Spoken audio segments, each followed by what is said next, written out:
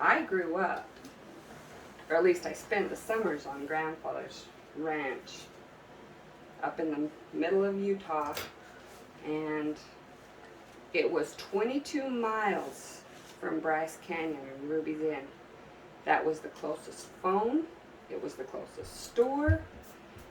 We had no internet. We didn't even have a phone, and we had no electricity because the power lines didn't extend out in the middle of nowhere where grandfather's ranch was. So when I grew up, all of us grandkids would go to the ranch in the summertime, and we would help move the hand lines, the irrigation lines, to water the fields. And that's how we'd earn our school clothes, working up at the ranch. And we were with all of our cousins. And we had a bunch of mothers in the kitchen feeding the ranch crew, and the little children that were moving the lines, and the teenagers that were running the tractors. And that's why I got interested in preserving food that didn't require a lot of refrigeration or a freezer, was because when I grew up at the ranch, we didn't have a refrigerator a lot of the time. Sometimes the fathers would go out and they'd turn on a generator and it would run for a few hours in the day, but we didn't have freezers and we didn't have fridges that were consistently on all the time. Even though I was growing up in the 80s and most everywhere had power, at the ranch we didn't. But we had a lot of people. We had aunts and uncles and grandfather and cousins galore. And our mothers that lived at the ranch fed a lot of people. And they fed them out of the gardens that they grew on the ranch, and out of the potato fields and the turnip fields and the carrot fields. And we had a big chicken coop that had about 60 chickens. And we had beef cows and dairy cows. And we lived mostly off of what the ranch could produce in the summertime. And of course, when school started in the fall, then all of us children went back into town and went to school. But in the summertime, we lived at the ranch. Do you guys have a meal that like you would eat most of the time? Yes. At the ranch, then the mothers served breakfast and lunch to everybody on the ranch. What was it? Like something that you ate most of the time.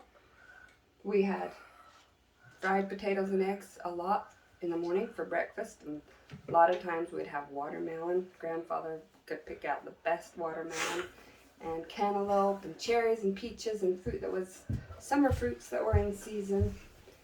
And we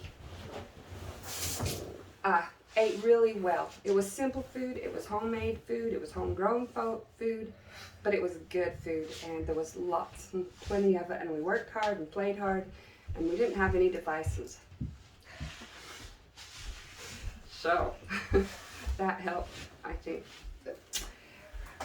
But at the ranch, then we had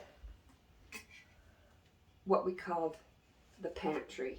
And it was a little room with a little tiny window up high, and it had nothing but shelves in it.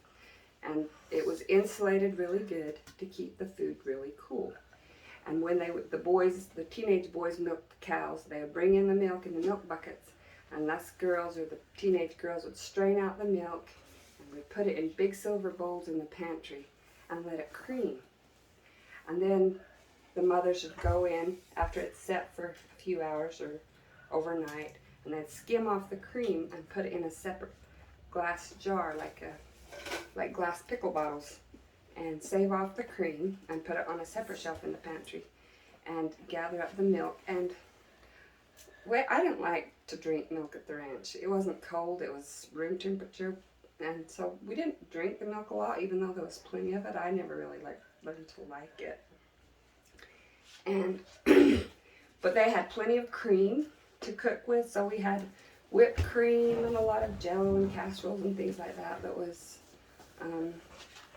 easy for the mothers to make from the milk and cream from the cows.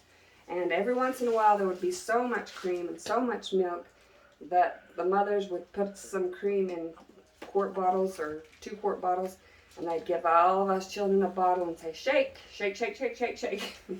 And we would make butter shaking the cream in the jars. And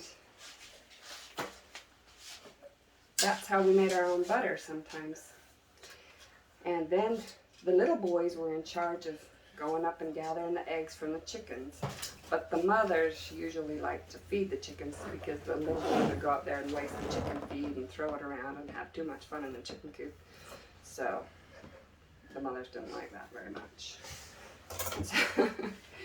But the mothers from the different families all got together, and usually the big girls cooked breakfast in the morning. Like the big teenage girls would get up early, and at 6 o'clock every morning, Grandfather would stand on the front porch so all of us that were in different apartments or houses could hear him, and he'd say, "Come and get it, breakfast ready." And sometimes they'd put a cowbell on the porch and they'd ring the cowbell. And usually I was still in bed when I heard Grandfather holler for breakfast, but it took me about 2 minutes to jump into my clothes and run upstairs to breakfast because I didn't want to miss out, because come now and eat or go without for till dinner time. It wasn't like you had anybody gonna sit there and make you a separate meal. Besides that, all the big boys would eat all the good stuff if you didn't hurry. And I didn't want that to happen. And so we didn't have enough room in the dining room, so they would put all the fathers and the big boys that were running the tractors and the pickup trucks and stuff on the table, the big table in the dining room, and they'd sit there and they'd feed them. The mothers would feed them so they could get out to work. And then they had what they called the piper's table, and that's where I always sat, was at the piper's table. That's where the younger children that moved the hand lines, the pipe that we call them, would move them, and we'd all sit around there and eat. And then the mothers and the big girls that were serving breakfast, a lot of times they'd just sit around and stand around in the kitchen and make sure that the serving bowls were full and everybody had what they needed, so everybody could get on with their day. And in the morning, then the mothers and the big girls that were helping with the breakfast, they did the dishes a lot of time. And you had to jump in and help real fast because you had to get out and move hand lines before it got too hot in the middle of the day. But then after you got done moving the hand lines, which was usually took 2 or 3 hours in the morning, it was time for lunch. And the mothers all worked together in the kitchen. One mother made a lot of bread because we got to a lot of bread on the ranch. Sometimes they were feeding as many as 60 people at a time. And one mother would make lots of bread. She'd make bread every day, so there was always fresh bread. And then 2 or 3 mothers would get together and plan the menus for the week. And we ate really well, but we ate pretty simple. And the mothers would make a grocery list of things that had to come from the store, because remember, the store was 22 miles away, and it was really just a gas station. It wasn't really what you'd call a grocery store at Ruby's Inn at the time, and it was all over dirt, gravel roads. And let's see. And so Grandfather would look at this big list that the mothers would make, and it would have things like Jell-O and white sugar and nuts and things like that we didn't necessarily have on hand from the ranch.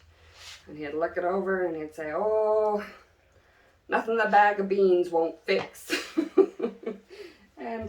But he was a good provider, and he would bring usually most everything that the mothers had on the list of the things that the ranch didn't produce. But for the very most part, we lived out of the gardens and the cellars. And the mothers are the ones that taught me the importance of having a good cellar and a good garden and plenty to eat.